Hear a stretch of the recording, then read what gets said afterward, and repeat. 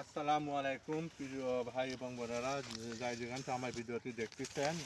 এবং আজকে ভিডিওটি হলো কাটিবনের আমের চারা। দেখেন ছোট গাছ কত সুন্দর আম ধরেছে।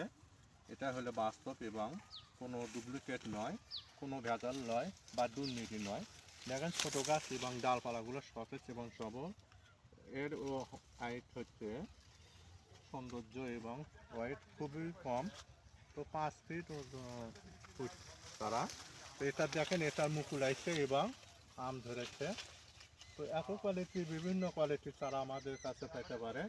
এবং শেয়ার করবেন, কমেন্ট এবং লাইক করবেন।